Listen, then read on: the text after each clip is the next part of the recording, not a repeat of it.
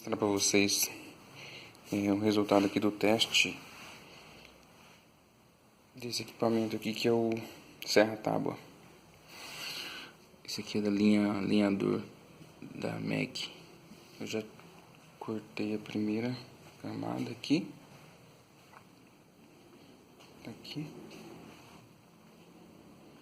E agora eu vou tirar mais uma, cortar mais uma aqui pra gente ver. Daqui a pouco eu já coloco o resultado aqui.